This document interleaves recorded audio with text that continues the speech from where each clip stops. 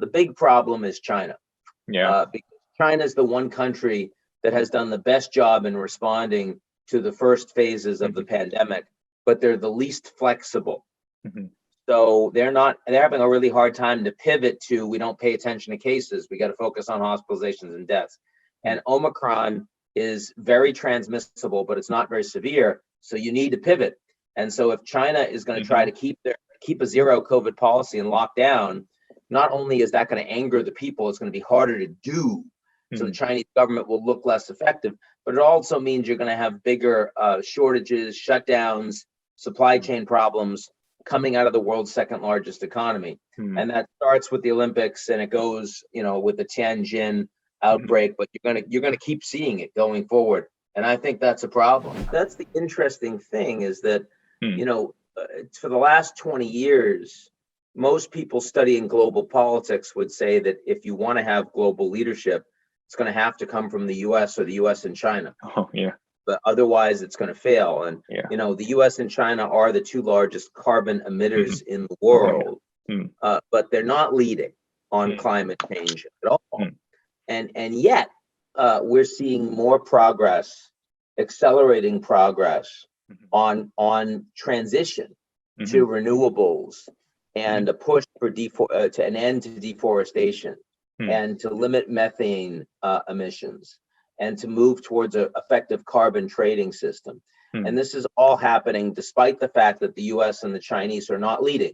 The U.S. isn't leading because the country's so divided, you can't legislate on anything. And the Chinese aren't leading because, they're much, much more dependent on coal and on fossil fuels. They're a poor country.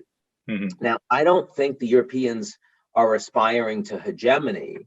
I just think the Europeans are one of many actors that are out in front. I mean, Germany is, already 40% of their energy comes from renewables. They want to make it 80% by 2030.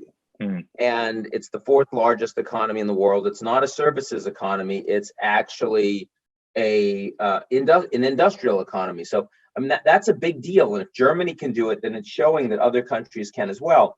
And it's not just the Europeans. It's the Canadians, it's the United Nations. And my friend Antonio Guterres has done a lot.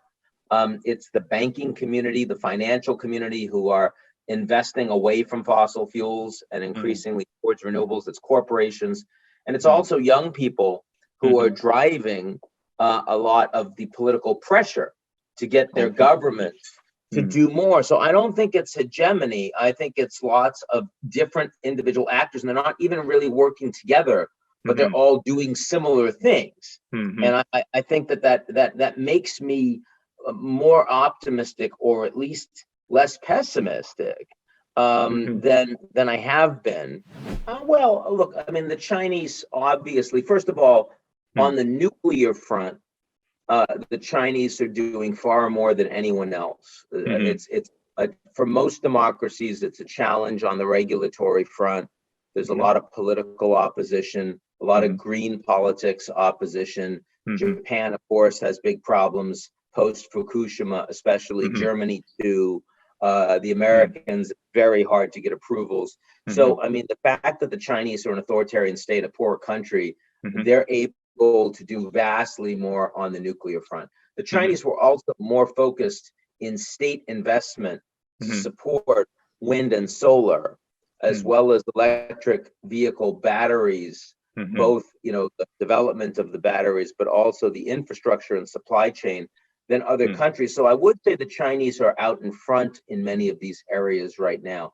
But, now that the developed world has seen that this is the future, they are putting enormous amounts of money into those new technologies. And I have no doubt that the United States and the Europeans, with their entrepreneurs, with their corporates, in the same way that the U.S. was able to become world-class in fracking and non-conventional gas within 10 years, I think now that you're seeing that big money going in, the developed world will end up doing an enormous amount more. So I'm not actually all that worried that the Chinese are suddenly going to dominate these fields and nobody else has a chance. I don't buy that.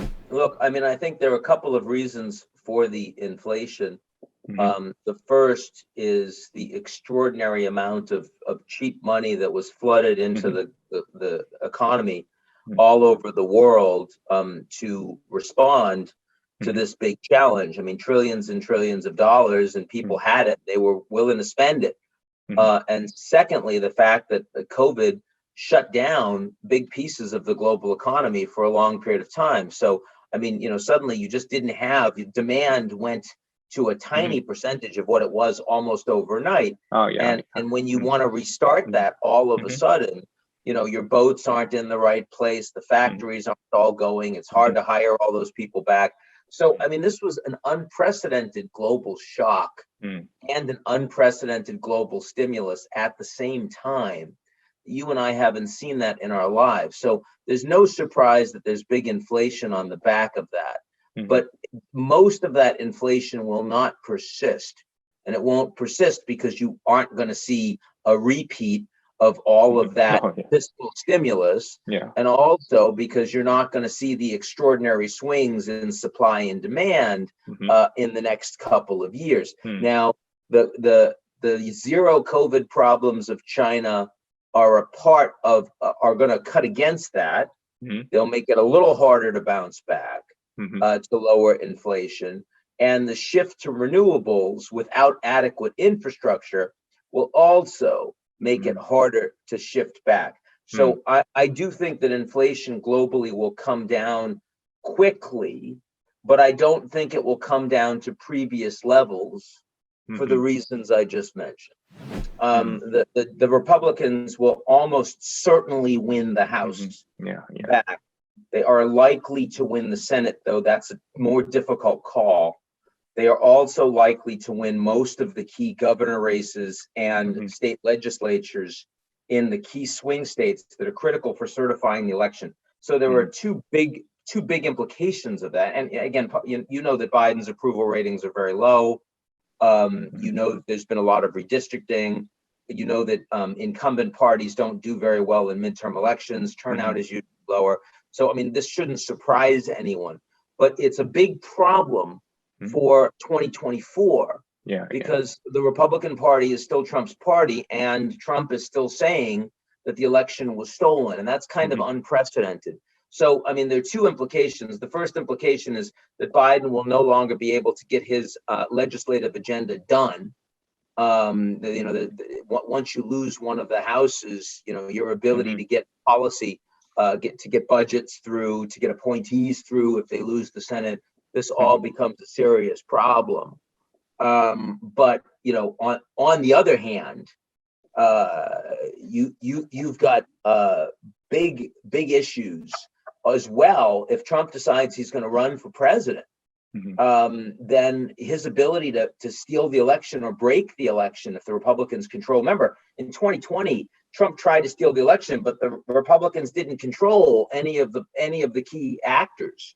So they couldn't cause that much trouble, which is one of the reasons why January 6th became, you know, sort of both so violent, but also so ineffective, because Trump was so frustrated. 2024 could be much more dangerous.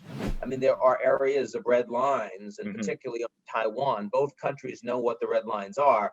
They push each other, but they're not actually testing the red lines themselves. And then, of course, they've got the Olympics, they've got the third term, the party Congress coming up. They don't want a lot of instability, and they need the Americans too. So I do think the level of interdependence makes it an easier relationship as a consequence of that.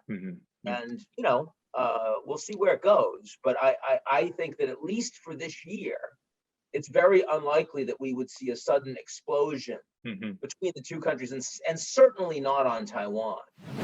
It's going to continue. Well, the big test, I think, in the near term is, can South Korea improve its relationship with Japan? Because, I mean, South Korea and Japan are America's two key allies with troops on the ground in Asia, and you have a completely dysfunctional relationship, and that's bad for everybody. So, I mean, that's the biggest opportunity. And if you do that, suddenly it becomes much easier to potentially join the Quad. It becomes much easier to coordinate security relations. It's easier to balance economic relations, all of those things. But more broadly, of course, the question is balancing between the United States and China, and making sure that you are able to maintain a strong and trusted national security relationship that's not just tactical, but also and transactional, but strategic, while you don't undermine your economic relationship with China. That's the question. Well, I mean, the latter question I have on social media. I always tell people that you need to follow people that you don't like, but who but who are intellectually solid. And I always say the same thing to people we hire at Eurasia Group. You need to get information from trusted sources across the political spectrum. Americans need to watch news, global news from Japan, from South Korea, from Germany, from Canada, not just from cable news in the US. We need to see an objective way that, global people see the world. But look, this is a big problem. It is amplified by the divisions politically inside the US in particular and other advanced industrial democracies. Social media makes it much worse. And, the social media problem we have is that you've got a lot of anonymous bots and trolls that are lying to people and that purveying conspiracy theories, and then they're amplified by algorithms to make more money and to get more data. What we need is for everyone to be verified on social media so that we know who these people really are, and then you can't have as much of this fake news. And we need more aggressive capacity to when there are people that are amplifying fake news, the algorithms should be toning down whether or not they're seen. And that's something that we're capable of doing, but unfortunately it runs against the business interests, the business plans of these companies. Look, I think that we clearly need, governments need to do a better job of promoting science and not politicizing science. The United States, I mean, healthcare has gotten politicized. Not in South Korea. South Korea did one of the best jobs in the world of not politicizing the response to COVID. And I think that really helped the South Koreans. And I've said this publicly. I think that your country did one of the best jobs. And it was precisely because they just led with science. They led with facts, led with healthcare. Germany, same thing. I mean, Merkel leaves power, Olaf Scholz comes in, she attends meetings with the new chancellor to hand off power. That's the right way. You can't politicize things that are critical to society. When you start doing that, you really damage the health of the country. Yeah. It's very important to define specifically what are the parts of technology that are critical to national security. What does dual use really mean? It's not everything with a chip in it. It's not every piece of the smart grid. It's not every piece of smart infrastructure. It's not every cell phone. You have to, there will be certain areas that are critical to national security, and the South Koreans need to work with their allies and not with the Chinese in those areas. But in other areas, you want to have a global marketplace. And I think it's important to define those things clearly. For example, I think semiconductors, certain types of semiconductors are obviously going to be important if they're usable in areas of core national security, then you would consider that to be very relevant. TikTok was not a national security issue. The Americans don't need to be banning TikTok, and the South Koreans don't need to worry about it.